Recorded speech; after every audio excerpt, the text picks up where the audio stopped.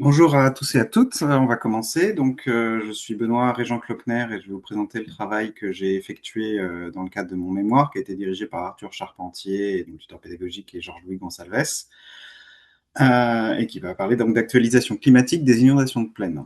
Je voudrais d'abord remercier l'Institut des Actuaires pour me donner cette occasion de présenter mon travail. Et avant de commencer dans le vif du sujet, juste me présenter très rapidement. Donc, je suis universitaire en mathématiques fondamentales. Et j'ai passé le CEA, c'est le cadre dans lequel j'ai travaillé sur ce mémoire, et j'ai une toute petite expérience actuarielle dans un cabinet de conseil de quelques mois.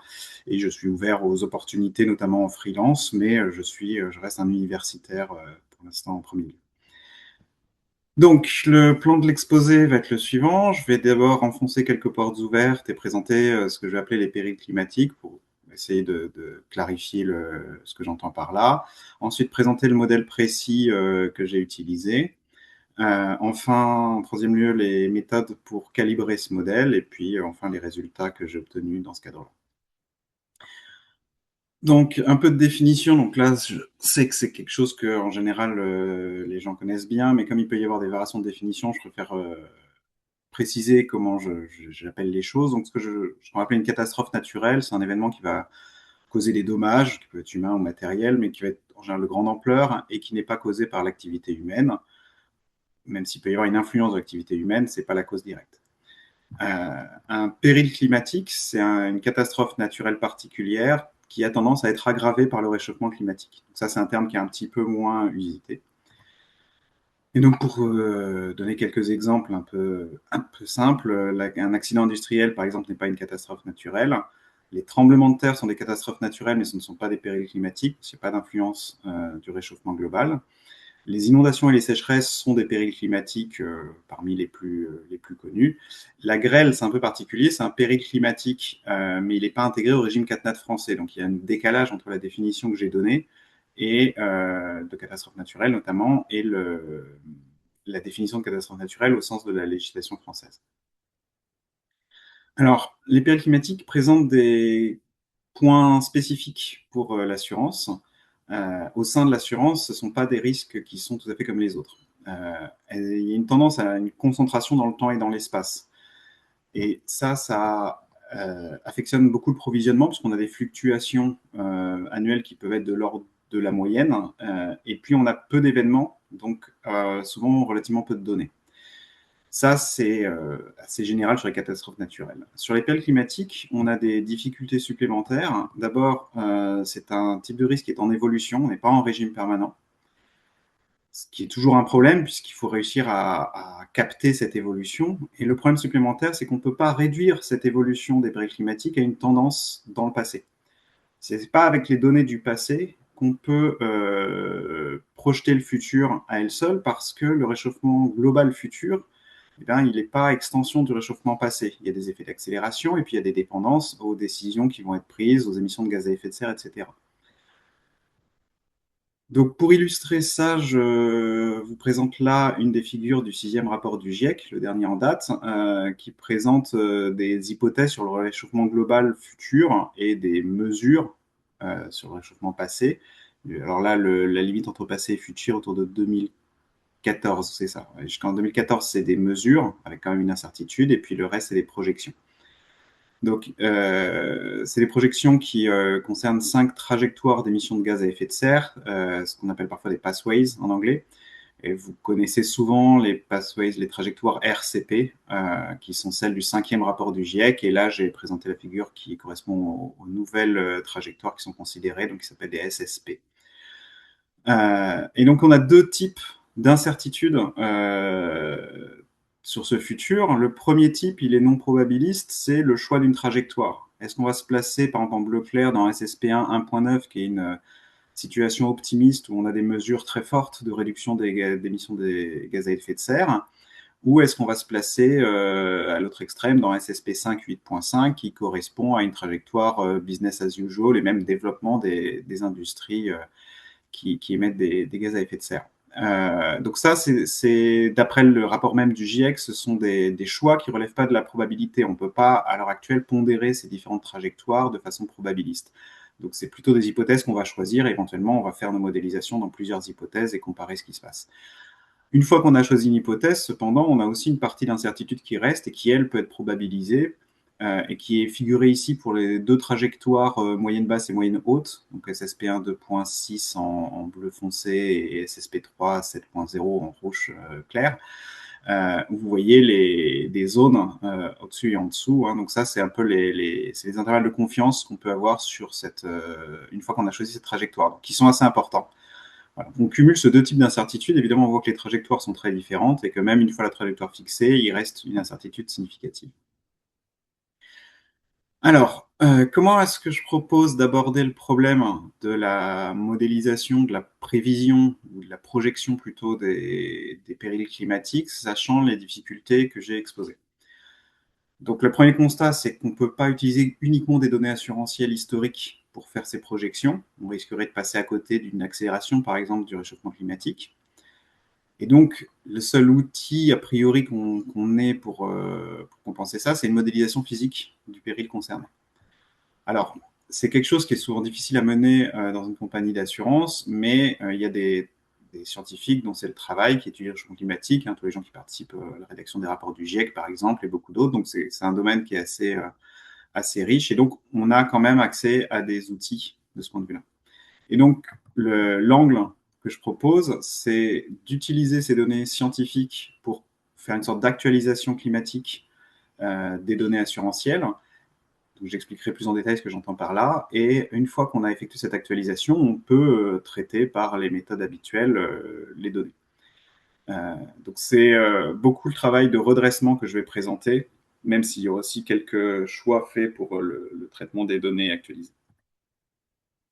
Alors, pour continuer à planter un peu le décor, les inondations de plaine que je vais traiter, qu'on appelle aussi inondations fluviales, sont des inondations très particulières. Hein. Je me concentre sur celles qui sont causées par une augmentation progressive du niveau d'un cours d'eau. Donc, je ne parle pas des crues éclairs, qui sont des inondations qui ont lieu beaucoup plus rapidement. Je ne parle pas des remontées de nappes et du ruissellement, qui sont des inondations mais qui ne sont pas liées à des cours d'eau, et ni des submersions marines, qui, elles, sont liées à la proximité du front marin. J'expliquerai un petit peu la raison pour ce choix un peu plus tard. Alors, il y a une difficulté particulière de modélisation pour les inondations de plaine, c'est que on ne peut pas espérer les prévoir correctement si on ne prend pas en compte le bassin versant. C'est-à-dire que l'inondation qu'il peut y avoir, je ne sais pas, sur le Rhône à un endroit donné, elle dépend de l'ensemble des précipitations qu'il y a pu y avoir dans un passé suffisamment proche ou lointain à différents endroits du bassin versant. Or, le bassin versant d'un grand fleuve, c'est une fraction significative du territoire européen de la France.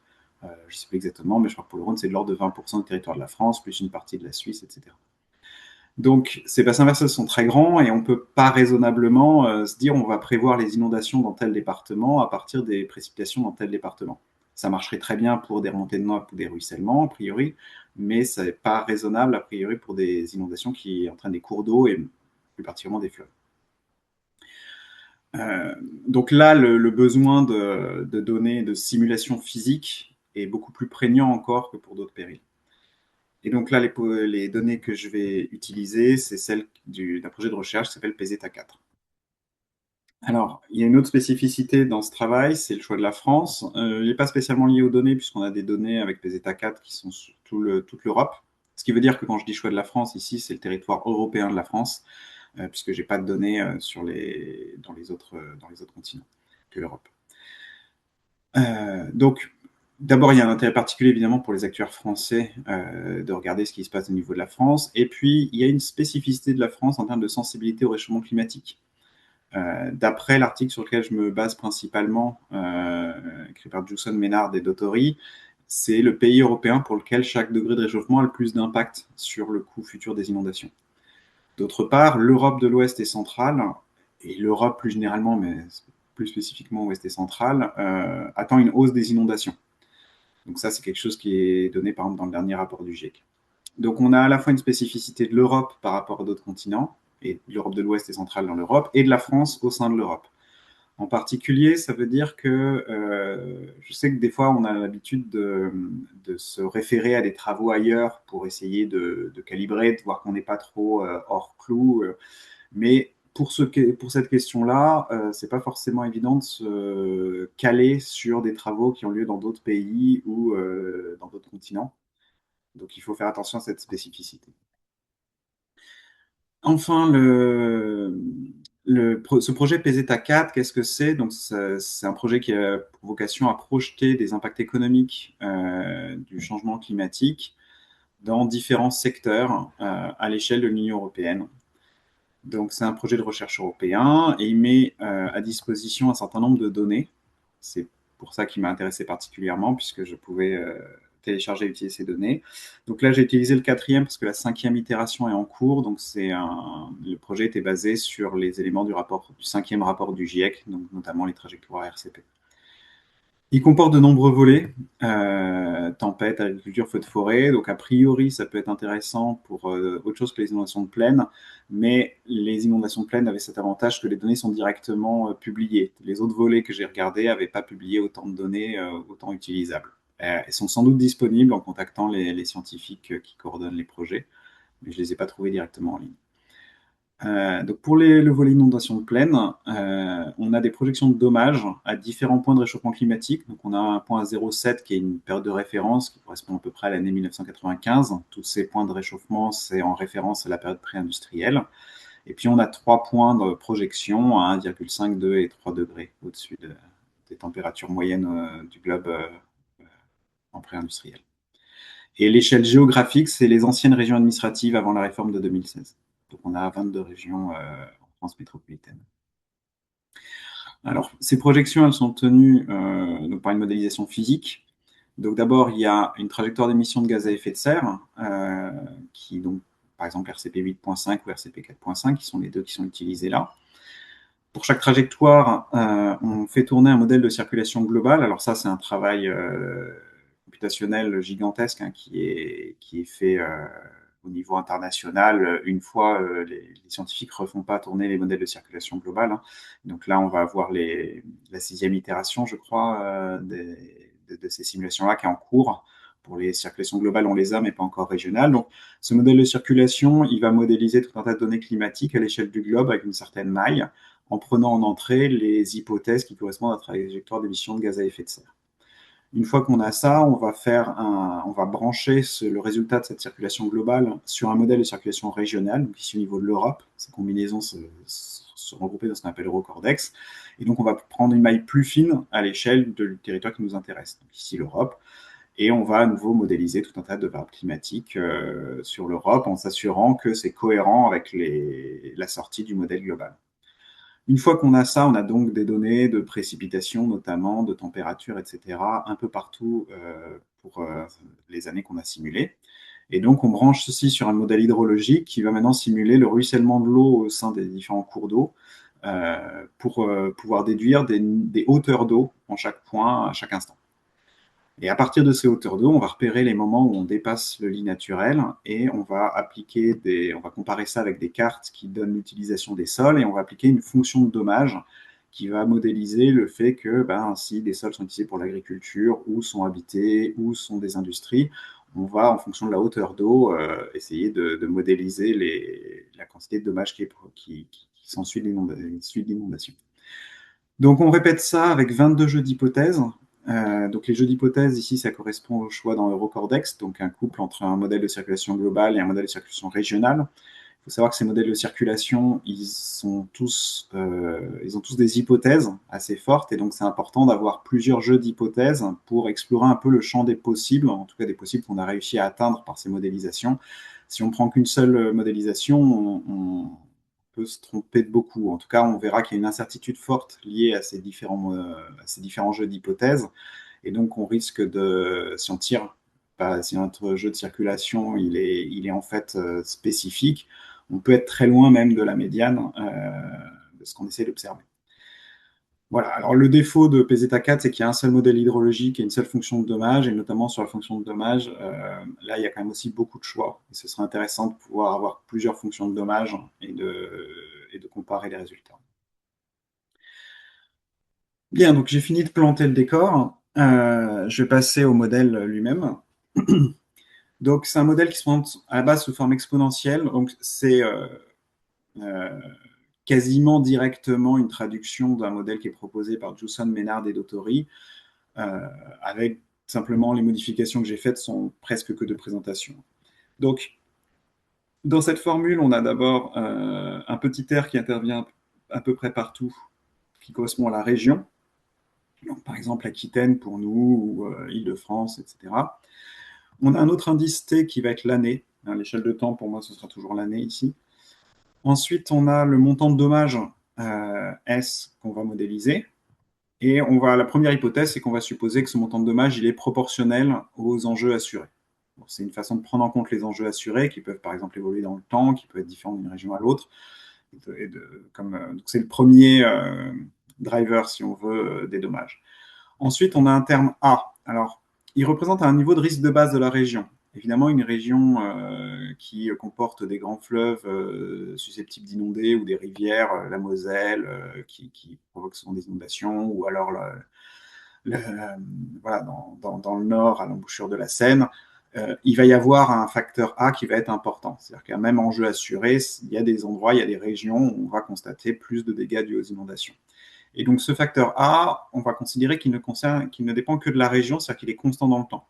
Donc on a une hypothèse, notamment, qui suppose que l'occupation des sols ne change pas drastiquement dans la période considérée.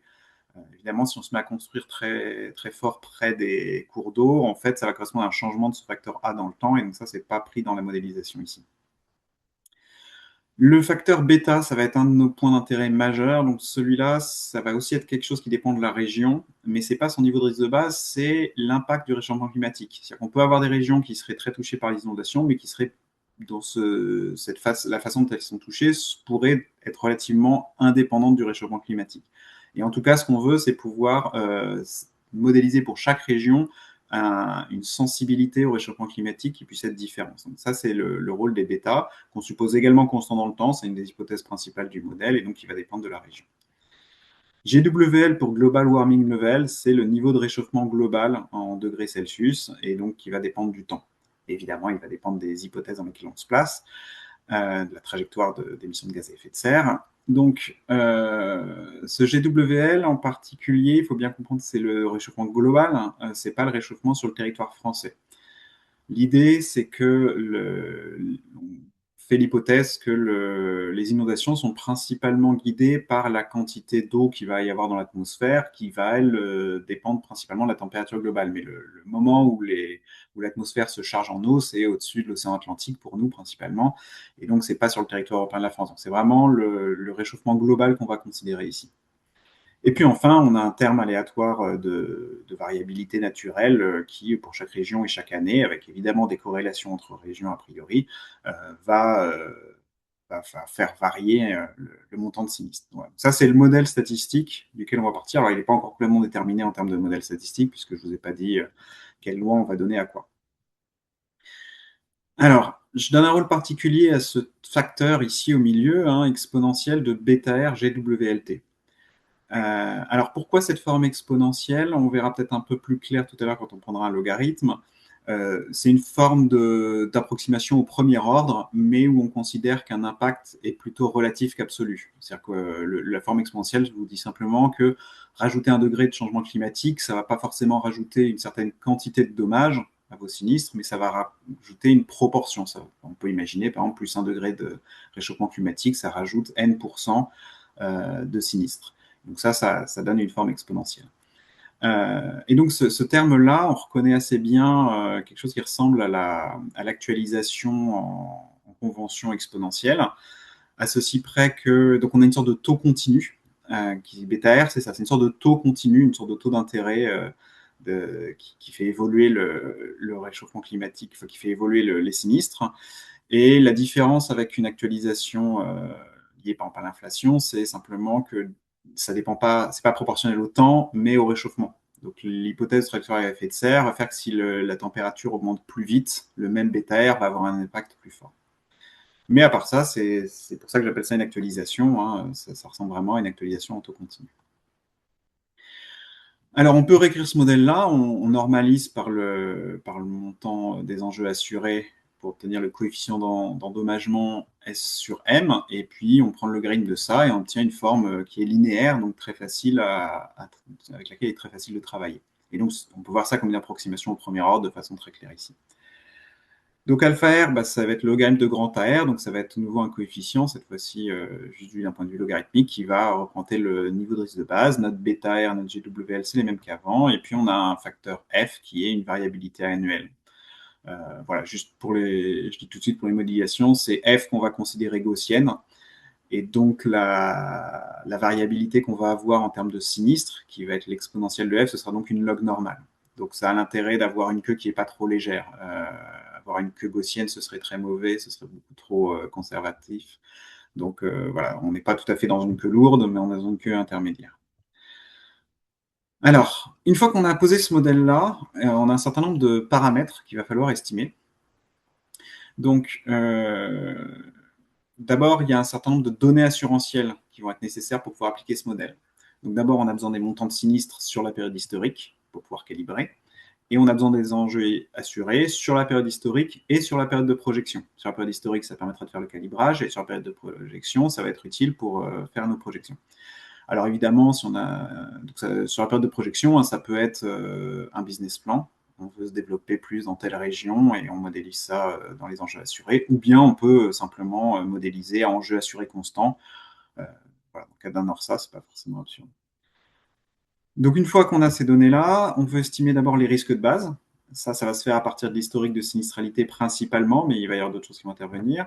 On va avoir l'impact du réchauffement bêta-R, et donc ça va se faire entièrement à partir des données scientifiques, et c'est ce à quoi j'ai consacré l'essentiel de mon travail. Les niveaux de réchauffement, on va faire à partir des projections climatiques, et enfin, il va falloir calibrer les paramètres de nos variables aléatoires qui mesurent qui modélisent la variabilité annuelle. Alors ensuite, tout ça, on va utiliser une approche par scénario. C'est-à-dire que les coefficients bêta et GWLT, on ne va pas essayer d'avoir une valeur fixe, mais on va essayer de les modéliser comme des variables aléatoires. On va utiliser nos données pour essayer de pouvoir en calibrer des lois, de façon à ce qu'on puisse tirer de nombreux scénarios en faisant varier les bêta R et les GWLT, et de pouvoir comme ça balayer un petit peu l'espace des possibles, des futurs prévisibles. Et à partir de ces nombreux scénarios, on peut extraire des moyennes, des médianes, des quantiles à 0,5%, etc. Alors, maintenant, je vais rentrer dans les méthodes spécifiques pour chacune des estimations. Donc d'abord, pour les taux de réchauffement. On travaille dans chaque trajectoire d'émission, et là, je prends des données qui sont issues du dernier rapport du GIEC qui nous fournit 3 séries. C'est les données qui ont été utilisées pour la figure que j'ai présentée tout à l'heure, où vous voyez les 5 trajectoires SSP. Donc on a 3 séries de données pour chaque trajectoire, les moyennes et des quantiles à 5 et 95%. Alors, c'est des données qui ont un certain bruit sur la période historique, mais qui ont déjà été lissées sur la période de projection. Donc j'ai besoin de données qui sont lissées, puisque ce qu'on veut, c'est qu'on considère plutôt que c'est la tendance de long terme du réchauffement et non pas les anomalies annuelles qui vont influer sur les inondations. En tout cas, c'est l'hypothèse qu'on va faire.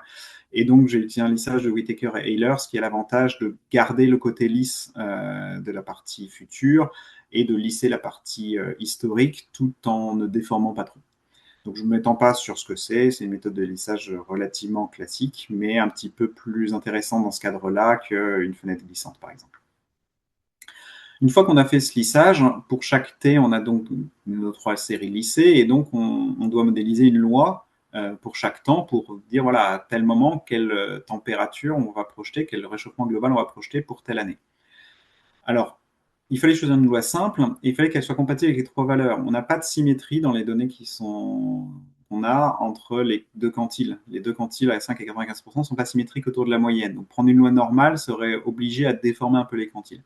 Donc là, j'ai pris le parti de prendre une sorte de loi normale tordue, c'est juste 2 demi-normales recollées et qui permettent d'ajuster parfaitement les 3 points.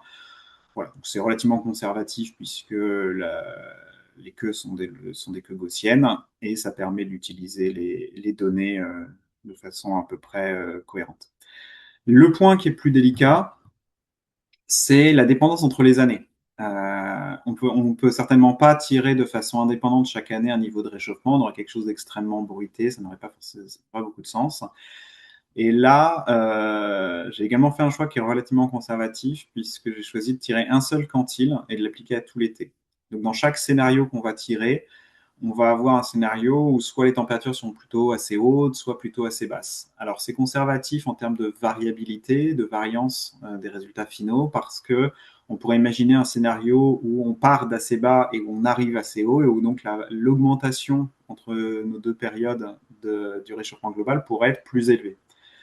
Alors, j'ai fait ce choix-là parce que c'était le moins arbitraire. Tout autre choix que j'ai imaginé impliquait un petit peu trop d'arbitraire. Et l'autre raison, c'est que globalement, ça me permet d'avoir fait à peu près que des choix un peu conservatifs, ce qui veut dire que les incertitudes que j'obtiens à la fin, on sait qu'elles sont sous-estimées. On ne peut pas savoir à quel point, mais en tout cas, voilà, on doit se dire ces incertitudes-là, c'est un choix conservatif. Donc, en pratique, on aura des incertitudes encore plus élevées que celles qu'on pourra calculer. Alors, ensuite, pour les coefficients bêta-R. Donc là, pour chaque région, on a 22 simulations, comme je l'avais dit, donc 11 en RCP 4.5 et 11 en RCP 8.5, avec différentes hypothèses embarquées dans les modèles de circulation. Pour chaque simulation, on va garder 3 points.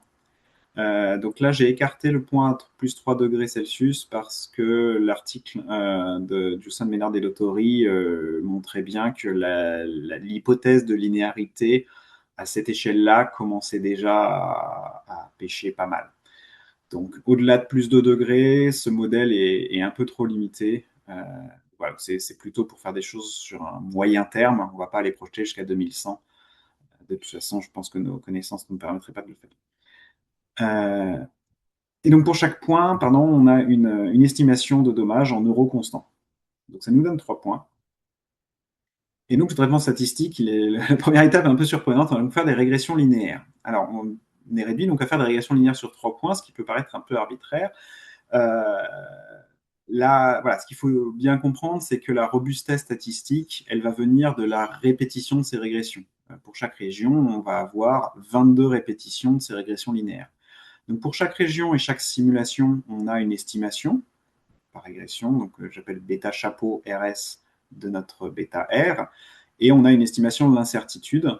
Donc voilà, si dans une simulation, on a 3 points très alignés, on aura une estimation d'incertitude faible, et on va avoir envie de prendre peut-être plus fortement en compte cette simulation, alors que si dans une autre simulation, on a 3 points qui sont très mal alignés, on aura d'une part une estimation d'incertitude sur bêta chapeau qui sera assez grande, et on peut logiquement faire peser un petit peu moins cette simulation, puisque c'est une simulation dans laquelle le modèle s'applique assez mal finalement.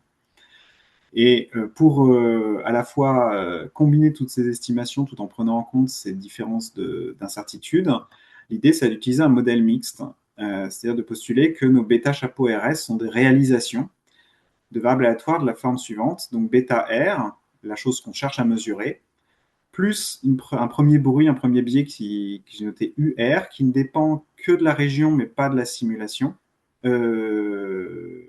Pardon. C'est le biais de la simulation. Donc,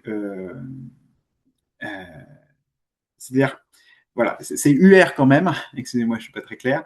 Ce qui se passe, c'est qu'on va supposer que chaque simulation fait l'objet d'un biais spécifique, mais que ce biais est obtenu comme un tirage de variables aléatoires. Donc, chaque simulation va donner une réalisation d'un UR indépendant des autres. Donc, UR, c'est bien indicé par R parce que les caractéristiques de cette variable aléatoire vont dépendre de la région et pas de la simulation. C'est-à-dire qu'on suppose qu'il y a une variance qui est ici inconnue, mais qui est la même pour toutes les simulations. Et évidemment, on suppose que c'est centré. Et ensuite, il y a un deuxième bruit qui est VRS, qui, là, on suppose que chaque simulation, une fois le biais tiré qui correspond au biais introduit par les hypothèses de la simulation, eh bien, notre simulation, elle ne va pas vraiment avoir comme moyenne bêta R, elle va avoir comme moyenne bêta R plus UR, mais elle va en plus avoir une variabilité dans sa réalisation. Et donc, on note ça VRS, qui est ici une variable qui va avoir une variance différente pour chaque simulation, mais qui va être estimable, parce que ça va être notre estimation d'incertitude sur bêta chapeau RS qui va nous servir comme estimation de variance pour VRS. Donc, évidemment, avec le peu de points qu'on a, il serait difficile de faire d'autres hypothèses que gaussiennes. En tout cas, il faut s'assurer qu'on n'a pas trop de paramètres à calibrer. Donc là, j'ai pris un modèle gaussien multivarié qui permet d'avoir des variances différentes par région et des covariances différentes par région. Donc là, il y a tout un travail statistique qui est vraiment le cœur du mémoire, mais sur lequel je ne vais pas avoir le temps d'insister pour faire la calibration de ces choses-là. Et je vous en présenterai des résultats un peu plus tard. Une fois qu'on a fait ça, il reste à modéliser la variabilité annuelle et puis les coefficients de risque de base, les AR ou alpha R. Donc pour faire ça, on va commencer par une mise en ASIF. Donc on utilise le modèle log linéaire pour obtenir les alpha R plus FRT. Dans le modèle linéaire, nos rapports sinistres sur enjeu assuré, ils étaient donnés par alpha R plus bêta R GWLT plus FRT. Donc une fois qu'on a les bêta R et les taux de réchauffement, on les soustrait et on obtient ces sommes-là. Donc ici, F est supposé centré, et donc on va commencer par l'estimation de alpha R. Alors ici, j'ai utilisé une médiane empirique plutôt qu'une moyenne parce qu'il n'y avait pas forcément de raison de choisir entre alpha R et AR comme point central, et que si j'utilisais une médiane, ce n'était pas équivariant. Passer à l'exponentielle n'allait pas me donner la moyenne. Donc, la médiane a cet avantage que les estimer sur les alpha R ou sur les AR, enfin sur les variables après ou avant le passage au log, ça donne le même résultat. Et ensuite, on obtient, une fois qu'on a le FR, les FRT du passé, et on veut modéliser, on veut trouver une loi pour les FRT du futur. Alors, là, il y a une difficulté, c'est qu'à la fois, on a peu de données. On sait bien qu'on ne va pas avoir 200 ans de données du passé, à partir du moment où on est en maille temporelle annuelle. Et même si on essaie de descendre la maille, les événements d'inondation ne sont pas forcément assez nombreux pour avoir une quantité de données très importante. Donc ça plaide plutôt pour un tirage dans l'historique, pour garder la structure. On a du mal à faire du paramétrique avec peu de données. Le problème, c'est qu'évidemment, si on fait que du tirage dans l'historique, on ne va pas pouvoir modéliser des événements plus graves que ceux qu'on a observés, et ça, c'est quelque chose qu'on ne peut pas se permettre. Donc là, je suis tombé finalement sur une méthode qui est un peu intermédiaire, c'est-à-dire qu'on va tirer dans l'historique une année, on va regarder dans chaque région où elle se situe par rapport à son propre historique. Et dans le cas où pour cette région-là, on a tiré l'année la plus sévère, dans ce cas-là, on ne va pas utiliser cette année-là comme montant de sinistre, mais on va tirer un FRT aléatoire et on va faire une modélisation paramétrique seulement de la queue de distribution.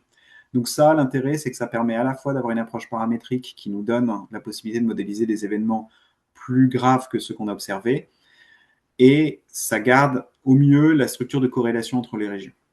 Voilà. Donc c'est pas une situation complètement satisfaisante, mais étant donné le type des données qu'on peut espérer avoir, c'est ce qui m'a semblé le mieux dans les solutions simples. J'en arrive au résultat. Donc ici, ces cartes-là, alors pour l'instant, concentrez-vous sur la carte de gauche. J'aurais sans doute dû mettre une autre échelle de couleur à droite pour ne pas être trompeur. Donc on se concentre sur la carte de gauche. Donc ça présente les résultats que j'ai obtenus pour les coefficients bêta R au niveau des différentes régions de France. Donc c'est les bêta chapeau R, du coup, que j'ai obtenus avec une méthode statistique, qui représentent des coefficients d'impact régionaux du réchauffement global. Donc on voit qu'il y a quelques zones qui sont peu impactées, mais que toutes sont impactées positivement d'après le modèle et les données qu'on a utilisées pour le calibrer. Donc ici uniquement les données scientifiques de PZ4.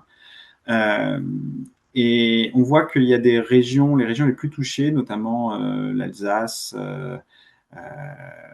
On voit c'est très concentré sur les bassins sur les avals de grands fleuves. Donc on a le Rhin, on a la Loire, on a la Seine, on a le Rhône.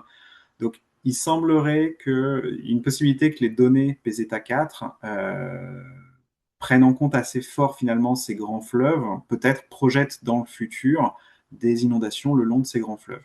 Donc ça, c'est quelque chose que j'ai pas eu tellement l'occasion d'approfondir, mais qui mériterait d'être étudié de près pour comprendre un petit peu d'où viennent ces différences entre régions exactement.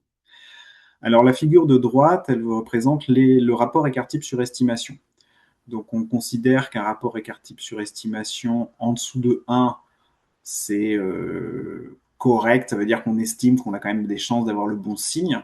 Et en dessous de 0,5, c'est assez bon, c'est-à-dire qu'il faudrait plus de 2 écarts-types pour changer de signe. Donc là, on voit que globalement, les écarts-types sont raisonnables, sauf en Corse. Donc pour la Corse, bon, on se doute que les données ne sont pas une fiabilité extrême et ce n'est pas forcément la zone la plus sensible. Donc elle est peut-être à prendre un petit peu à part.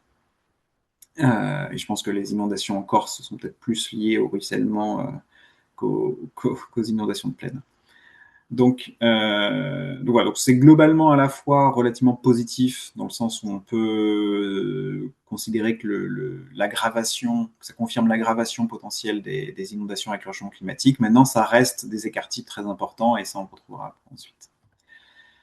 Alors, pour illustrer ce qui se passe, j'ai fait la même chose au niveau de tout le territoire européen de la France, en la considérant comme une seule région et en agglomérant les données sur ce périmètre-là. Et donc, on peut faire ensuite, j'ai fait 10 000 projections. Et donc, voilà ce que ça donne en termes de dommages annuels en mettant une base 1 sur la moyenne 1989-2019. Donc, du coup, on voit, ça passe par 1 autour de 2005, qui est à peu près au centre de la période, ça c'est logique. On voit que globalement, on a des aggravations, mais on voit surtout qu'on a des aggravations avec une incertitude très forte. Donc là, on est sur l'hypothèse SSP2 4.5, donc c'est le scénario le plus proche de RCP 4.5, si vous connaissez mieux ces anciennes trajectoires. Et on voit que par exemple à l'échelle 2030, on projette déjà entre un petit peu une légère augmentation et un doublement des inondations par rapport à la période de référence. Donc on a une incertitude qui est élevée, alors que comme je vous l'ai dit, on a déjà plutôt modéré les incertitudes. Donc le futur est quand même assez difficile à prévoir. Alors, les mêmes simulations présentées autrement. Donc là, j'ai représenté sur de pourcentage l'accroissement des dommages entre la période de référence 1989-2019 et la période de projection 2020-2050. Donc ces périodes-là, pourquoi c'est simplement pour recoller au rapport de France Assureur de 2021 qui prenait ces périodes-là. Donc pour chaque trajectoire, vous avez la moyenne, l'augmentation moyenne, l'écart type, la médiane et le quantile à 95%. On voit qu'il y a un écart type qui est relativement important, mais de l'ordre de la moitié de la médiane, une moyenne un petit peu plus élevée que la médiane, mais pas beaucoup. Et on voit que globalement, les valeurs sont assez importantes. SSP2 4.5 est un scénario central, qui est peut-être déjà un petit peu optimiste aujourd'hui. On voit que si on regarde même juste la médiane, on peut avoir 82% d'augmentation du coût des inondations de plaine. C'est quand même assez significatif. Et puis, le quantile à 95%, si on se met dans un scénario stress test, par exemple, on voit qu'on a une multiplication par 2,5. Donc là, on est dans un scénario qui est quand même assez extrême. Donc ça, c'est des valeurs qui sont peut-être un peu surprenantes et un petit peu importantes. Donc, on pourra discuter qu'est-ce qui peut expliquer ces valeurs-là, mais ça reste une question assez ouverte, hein, je vous le dis tout de suite. Essentiellement, c'est peu lié à mon travail statistique parce que c'est des tendances et des ordres de grandeur qu'on retrouve dans les données scientifiques que j'ai utilisées. Donc en fait, l'origine, elle est plutôt dans la modélisation PZ4. Donc si on veut vraiment creuser ça, c'est dans cette direction-là qu'il faut aller voir en priorité. Donc pour insister un petit peu sur ce caractère peut-être surprenant, j'ai fait une comparaison avec 3 autres travaux semblables, en tout cas sur le même thème, donc France Assureur, la CCR et le livret blanc Covéa. La CCR, c'est le rapport de 2023, France Assureur, c'est 2021, et Covéa, je ne me souviens plus de la date, désolé. Si 2022, c'est écrit. Donc les échelles temporelles sont différentes entre 31 et 50 ans, entre les centres des deux périodes comparées. Donc, j'ai mis tout à droite l'augmentation due au réchauffement global par année, dans un modèle multiplicatif évidemment.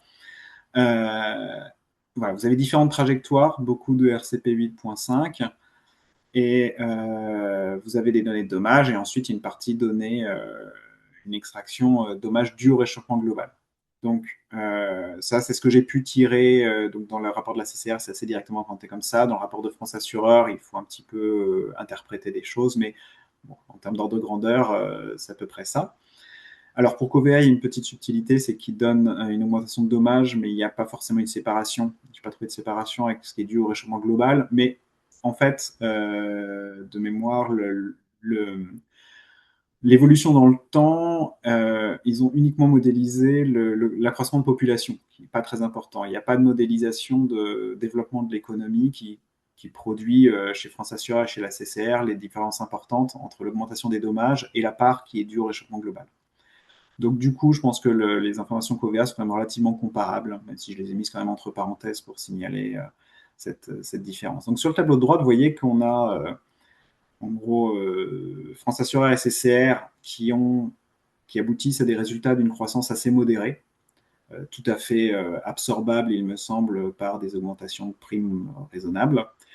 Par contre, autant le livret blanc OVA que les résultats sur lesquels je suis arrivé présentent des augmentations de l'ordre de 2% ou plus par an, même dans des scénarios relativement modérés comme SSP2 4.5, ce qui est beaucoup plus sévère. Donc, à nouveau, il y a une différence qui est très forte. Je ne prétends pas que France Assureur et la CCR ont tort et que mes résultats sont les bons, hein. Il y a notamment des questions importantes à se poser sur la façon dont la fonction de dommage de PZeta 4 a été construite. Il y a beaucoup de choses à discuter. Voilà, je constate juste cet écart et je n'ai pas forcément une explication précise de son origine. Mais voilà, ce serait aussi intéressant de comparer avec la même question s'est posée en 2022 avec le livret blanc OVA. Qu'est-ce qui explique cet écart? Alors, il y a une petite partie de l'explication qui est due au périmètre légèrement différent. France Assureur et CCR s'intéressent aux inondations pas forcément restreintes, même si les submersions marines sont à part. En général, c'est plus large que les inondations de plaine. Ceci dit, ça ne suffit pas à expliquer la taille de l'écart. Alors, donc, je vais essayer de conclure assez rapidement. Donc, en termes de résultats, j'ai également fait un travail dans une compagnie fictive, parce que je n'ai pas de données assurantielles, donc j'essaie de voir comment on pouvait appliquer ça à une compagnie fictive. Donc, quelques enseignements qu'on peut avoir.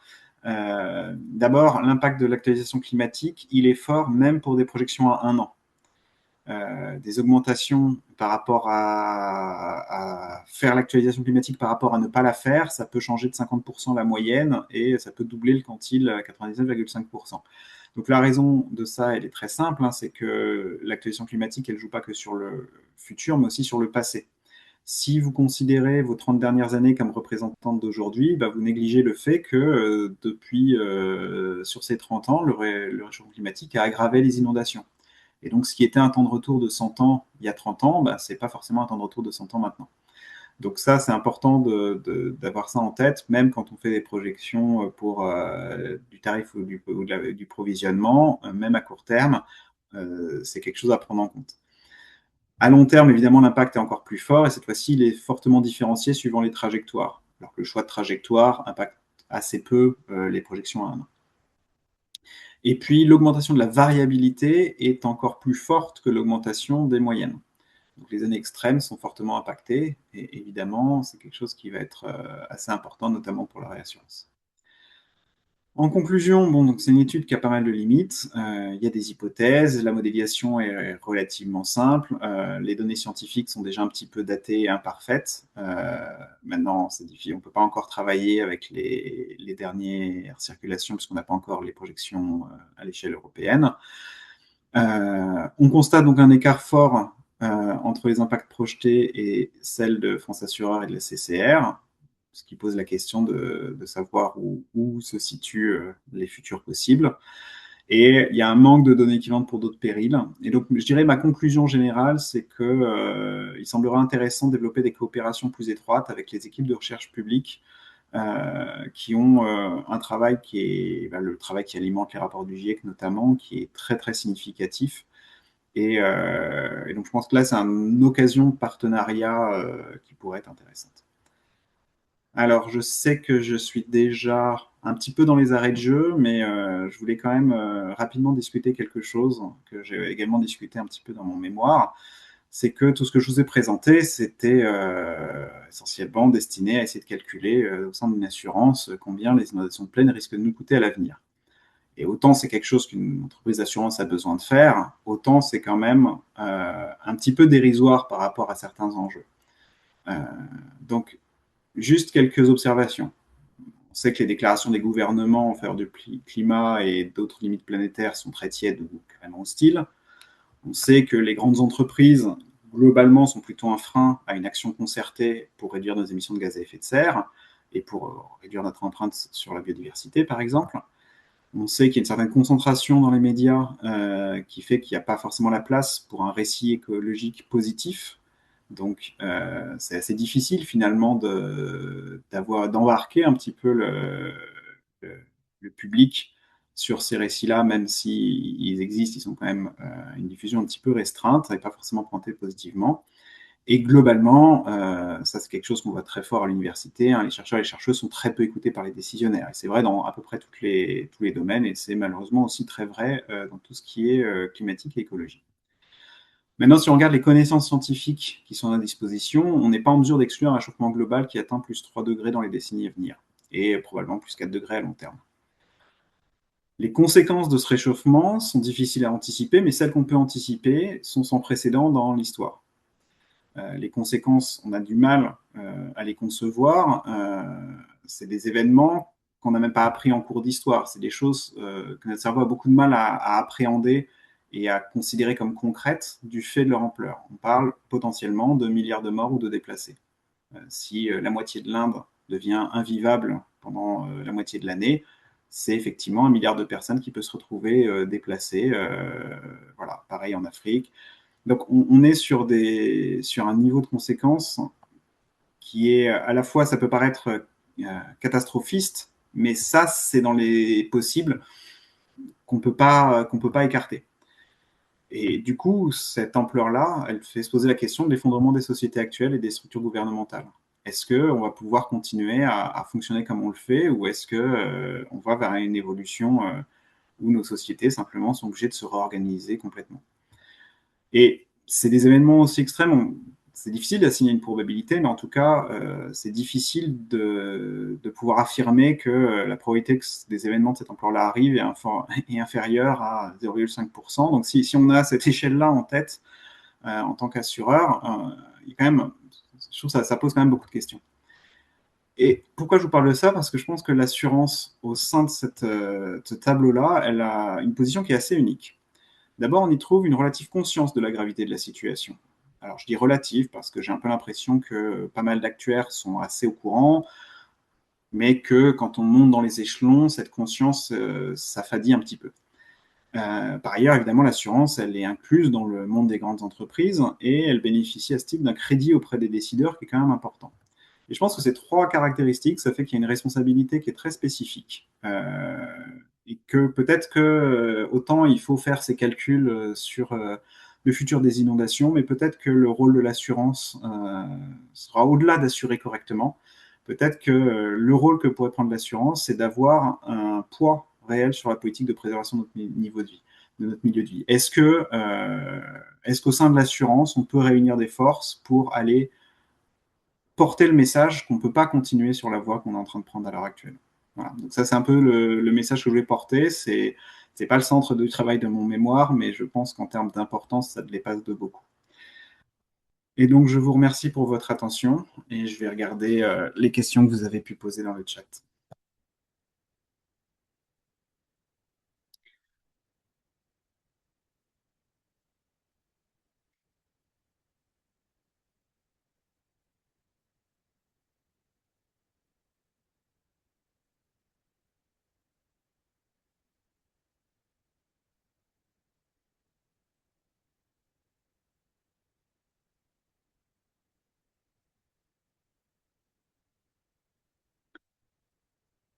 Alors, la première question sur les A indice R fixés dans le temps.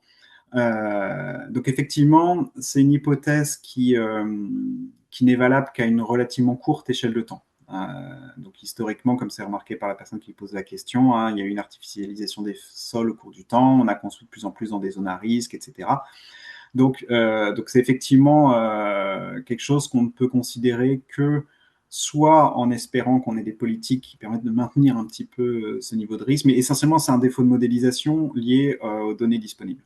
Donc, il n'y a pas eu de prise en compte. Donc la question était qu'est-ce qui a été pris en compte pour l'évolution des AR, comment est-ce que ça a été calibré. Donc là, en fait, il n'y a pas vraiment c'est pas vraiment des données historiques, c'est-à-dire que c'est les données PZ4, elles ont fait des modélisations de dommages aussi bien dans la période historique sur l'année de référence 95 que dans les différents points de réchauffement. Et donc, ce alpha R, il est essentiellement calibré comme ça. Voilà, c'est lié non pas aux sinistres constatés, mais aux sinistres modélisés par la chaîne de modélisation PZ4. J'espère que ça répond à la première question. J'essaierai de te présenter les questions un peu plus clairement pour les suivantes.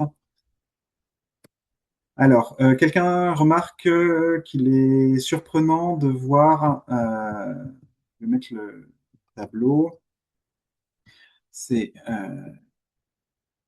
ça, voilà. Donc, dans ce tableau, non, c'est celui-là. Dans ce tableau-là, quelqu'un fait remarquer à juste titre que dans le rapport CCR, le scénario RCP 8.5 est moins sévère que le scénario RCP 4.5. C'est vrai que ça peut surprendre, mais c'est effectivement le cas. Alors, je crois que c'est dû au fait que finalement, dans RCP 8.5, l'augmentation des températures ferait une atmosphère qui serait plus chargée en eau, mais qu'elle parviendrait aussi plus à la conserver et qu'à l'échelle de la France, voilà, ils voient une aggravation moins forte. Par contre, ils auraient beaucoup plus de sécheresse. Alors, je pense qu'il vaut mieux demander à la CCR qui sera plus précise là-dessus. Mais par exemple, c'est vrai qu'en Espagne, on projette plutôt une baisse des inondations et un accroissement fort des sécheresses.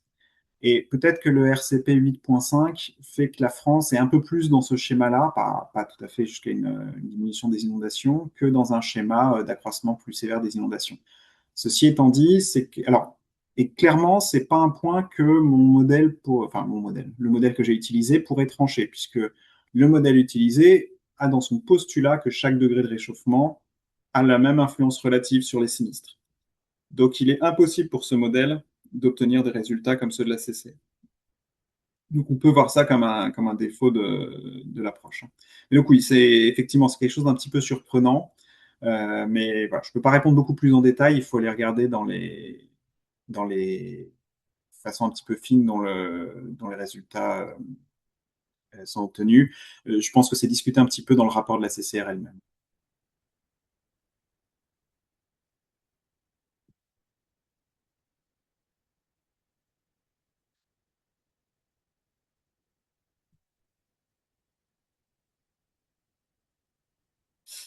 Alors, on pose une question, est-ce que la modélisation n'extrapole pas un historique de sinistre avec une faible adaptation? Alors, effectivement, ici, dans la modélisation que j'ai présentée, on suppose en fait que la défense au dommage est constante. Donc, on peut espérer qu'avec un effort significatif sur la prévention des inondations, par exemple par des bassins de rétention, par une limitation de la construction en zone inondable, etc., on puisse avoir un impact qui va contrebalancer une partie de ces chiffres. C'est tout à fait correct. Et merci d'avoir posé la question, parce que c'est quelque chose sur lequel je n'avais peut-être pas assez insisté. Hein, donc, après, il y a un autre élément auquel ça me fait penser, c'est que dans les données PZ4, on a 3 niveaux de défense qui ont été modélisés et que leurs informations sur la France sont manifestement, ils expliquent qu'ils avaient eu un peu de mal à avoir des informations. Donc, c'est peut-être un des défauts de leurs chiffres sur la France, c'est qu'ils n'avaient pas forcément une modélisation très précise des défenses mises en œuvre. Notamment, il y a pas mal de bassins de rétention au niveau de la Seine. Voilà, donc c'est une question sur la question de la prévention finalement ou de l'adaptation au changement climatique, qui est effectivement un levier là-dessus.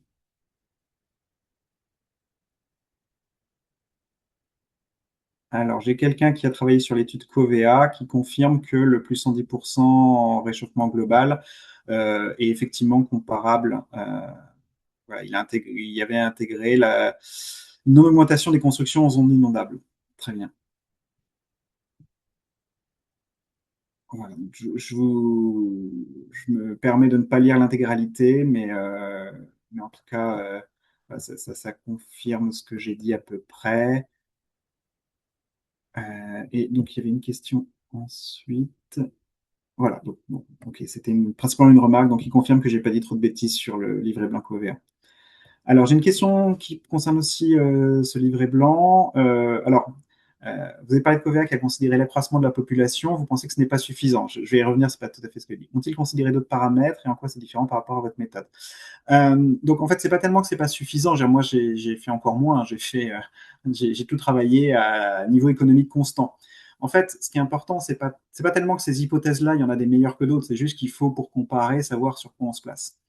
Euh, C'est-à-dire que si on prend en compte l'évolution économique, typiquement, si vous avez plus de maisons il y aura plus de sinistres, mais vous aurez aussi plus de primes.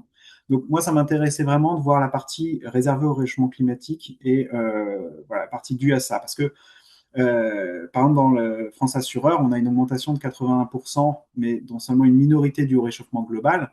Au fond, si c'est parce que l'économie se développe en 30 ans de 80, de 70%, bah, c'est normal qu'il y ait plus de frais dans les inondations, mais il y a aussi plus de moyens pour les compenser. Donc, en soi, c'est pas là qu'est le danger majeur. Voilà, ça, c'est la raison pour laquelle moi, je préférais travailler à économie constante. Après, sur la comparaison entre Covea et mes méthodes, je crois que Covea, ils ont travaillé également avec plusieurs scénarios. En fait, ils ont travaillé plutôt sur les temps de retour. Donc, ils n'ont pas un modèle log linéaire comme celui que j'ai présenté. Ils ont plutôt modélisé l'évolution des temps de retour à partir de simulations climatiques, de dire, OK, ce qui était un temps de retour de 100 ans, bah maintenant 100 ans, ça a augmenté de telle façon, etc.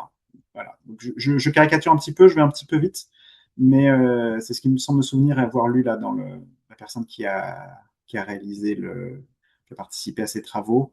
Hein, donc c'est vraiment une approche qui est plus classique, qui a l'avantage de ne pas faire cette hypothèse de linéarité, mais qui a peut-être l'inconvénient de devoir plus travailler sur les queues de distribution, ce qui est toujours très délicat, même si on peut le faire un petit peu.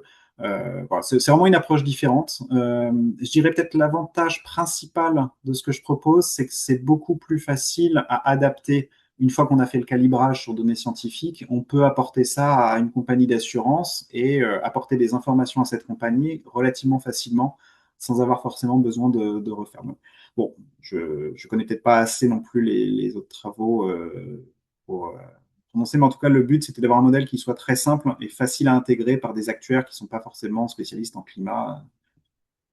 Voilà. Euh, alors, il y avait une question aussi sur le fait de mesurer le niveau de l'eau dans le bassin versant. Alors, en fait, c'est un peu plus que ça.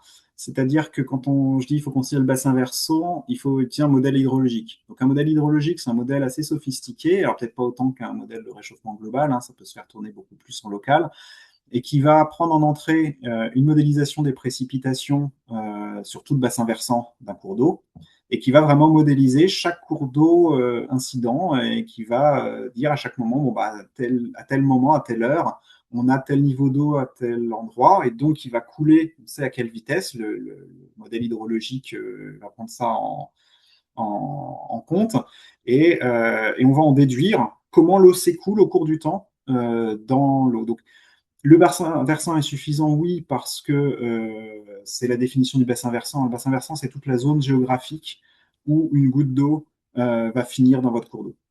Voilà. Mais par contre, il y a vraiment un aspect à la fois qui mélange temps et espace, parce qu'il faut savoir à quel moment il y a de l'eau où, parce qu'évidemment, c'est les précipitations antérieures, très en amont, qui vont venir alimenter votre courant en aval. Donc on a vraiment une interaction entre le temps et la géographie. Donc, on ne peut pas non plus imaginer modéliser les inondations du mois de mars 2025, du mois de mars 2035, disons, en fonction des précipitations dans le bassin versant. Alors, dans le mois de mars, peut-être, mais en fait, ce qui est vraiment important, c'est est-ce qu'il y a une suite de précipitations coordonnées qui ont fait une accumulation. C'est vraiment ça. Donc, c'est difficile à faire bien sans un modèle hydrologique. Et ça, le modèle hydrologique, bien comprendre comment il marche, c'est vrai que c'est pas quelque chose qui est très, enfin, voilà, c'est quelque chose qui est quand même très spécialisé. Alors, on me demande la fenêtre temporelle que je considère. Donc, il y a deux interprétations de la question. Je vais donner deux réponses. Comme ça, je pense qu'il y aura la bonne réponse dans le lot. Donc, la granularité temporelle, c'est l'année. Et ensuite, dans les modélisations que j'ai présentées, il y a une période de référence qui est 1989-2019, donc 30 ans qui s'arrêtent en 2019, et une période de projection qui sont les 30 années qui suivent, donc 31, pardon, donc 2020-2050. Au-delà de 2050, ça me paraît très audacieux d'espérer dire quoi que ce soit. Déjà, 2050, vous voyez, les incertitudes sont extrêmement grandes. Euh, Par ailleurs, on a un certain nombre de points de bascule qui pourraient être atteints d'ici 2050. On ne peut pas l'exclure, notamment le courant atlantique dans lequel on participe, le Gulf Stream.